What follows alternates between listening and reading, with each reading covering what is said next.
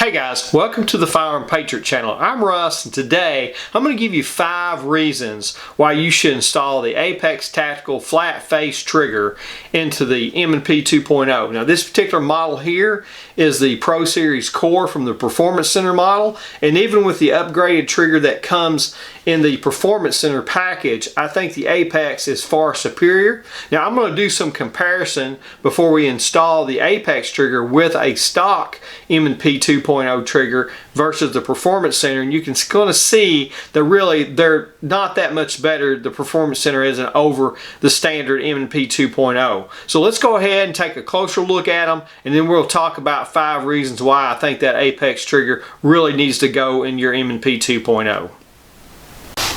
Okay guys, let's talk real quick about some of the things that people don't like about the M&P trigger. Probably one of the biggest complaints that you have is it's a 2-piece hinge trigger. This part is separate from the top part. You have to come down, and then that basically disengages the safety, which is right up here, and pull that back. A lot of people don't like that. I'm not a big fan personally of polymer triggers in and of themselves. I don't have a problem with polymer guns, but the triggers don't tend to be the best in the world. Of course, this is a striker fired pistol. But another thing is that once you engage that safety, then you got to come all the way back, almost to the back to where the grip is, the back of the trigger guard. Now, this is a pretty clean break. When you get back there, there's a lot of movement, a lot of take up before you get there. Now the reset, I will say this, is fairly short, and it's something I think you can get used to. I think the trigger overall is a good trigger. I do think it's better than a Glock trigger, and I think it's fine for competition. So I'm going to make you a better shooter by putting an Apex trigger in here. I think there are some things that the Apex trigger will help you with from a competition standpoint, and I'll talk about those, but I do think there are some distinct advantages to that. Let's go ahead and take a trigger pull on this gun, and we'll take one of a M&P 2.0 compact that I have here. So let's go ahead and do that. Let's see what we got. We'll do 3 pulls.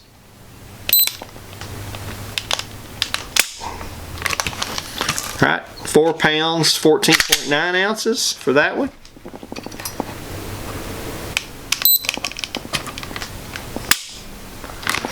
$5.6 for that one.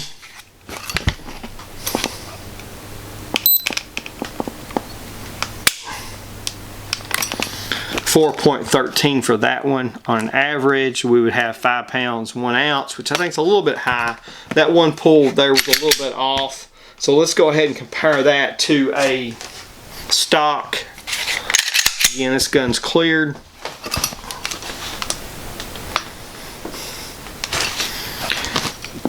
Stock M&P 2.0 without the Performance Center enhancements.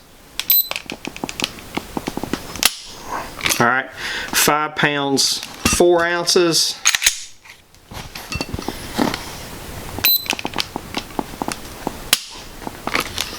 5 pounds, 11 ounces.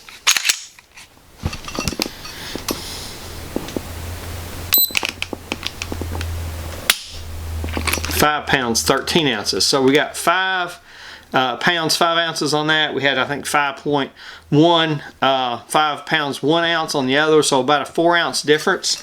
You really don't have any difference in the uptake or anything of that nature. That's all still pretty much the same all the way back to the wall. Actually, in this one, I think it breaks a little further up than a firm break and fairly short reset. Alright, so let me go ahead and tell you what you're going to get in the Apex trigger. Now this trigger is going to cost you about $165, so it's not going to be cheap. So you get this flat faced trigger right here. It does have a safety blade in the center of it that depresses, but it's a machined aluminum trigger. It's very nicely done, and it feels really good over the stock M&P trigger. You're also going to get a new sear that we're going to install.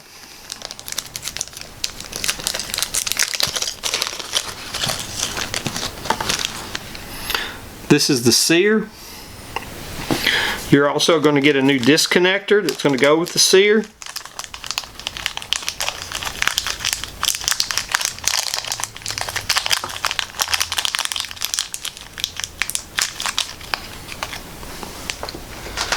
And to get that, it's going to go right there, and you're going to get a new striker block and spring that's going to go in there. Now, the striker block, to put that in the gun, you actually have to take the sight out on the standard model. It has to be moved over. It's underneath here.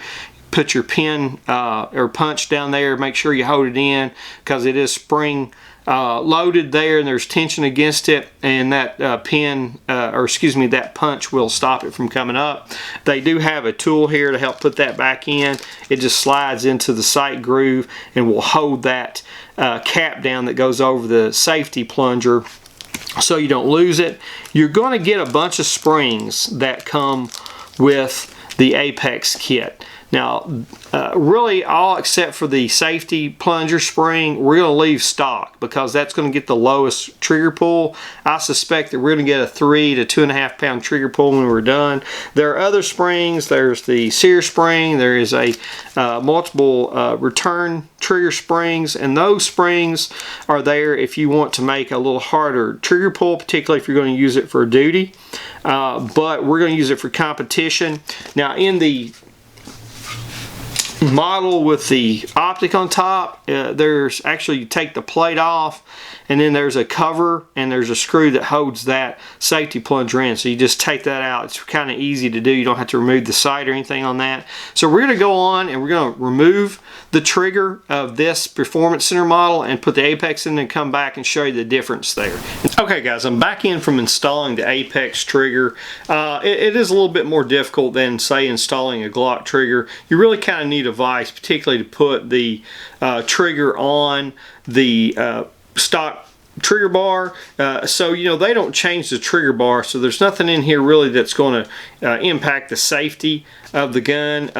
Apex does a great job at drop testing their guns to make sure this thing is going to be safe before they put it out to their customers. I've seen some of their guns that they've drop tested, and believe me, you don't want them after they get done with them. But going to the 5 reasons why I think you should Apex your M&P. First of all, number 1 is you get a metal aluminum trigger that is very nicely milled. They do a beautiful job in all their work. You also get rid of the hinge trigger, number 2. The third thing would be is the take-up. This is a safe gun, by the way. The take-up has been greatly reduced. So as a result of that, the break is much further up in the trigger guard. So the less movement you have, the easier it is to stay on target, and the less likely it is you're going to pull your shot one way or the other. Reset, and you saw the reset previously on the stock trigger, was very good, but not quite as good as this. And that's the reset on it. You can hear it, you can feel it, and just a very good reset. So that's number 4. Number 5 is it reduces the pull weight. So let's go ahead and take a look at that real quick.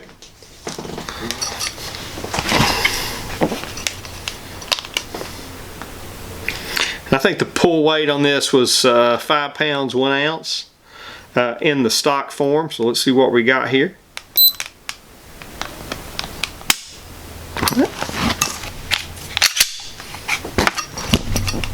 Do 3 pulls just like in the stock trigger.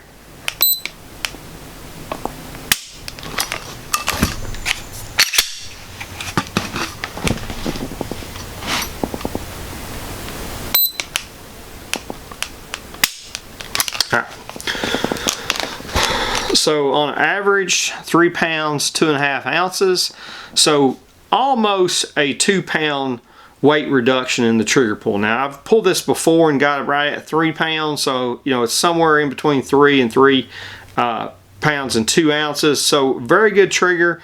The lighter trigger also makes it much better to shoot the gun, one, on the move, and also at longer distances. It's less likely, again, you're going to pull that trigger and mess the muzzle up. And, you know, if you move that muzzle, it's going to really impact your shot, particularly at a longer distance. Not so big of a deal if the targets are right in front of you, but for a competition trigger, it's just one of the best triggers out there. It's certainly, in my opinion, the best trigger that you can buy for the M&P. It's probably going to be about as close as you're going to get to a 1911 trigger in a striker fired pistol. So, you know, it is expensive. It's going to, like I said, run you about a $165, somewhere in that neighborhood, and you do have to do a little bit of labor to put it in, but I think it's well worth it. So check the Apex Flatty out. And with that being said, this is the Firearm Patriot. Till next time, God bless America.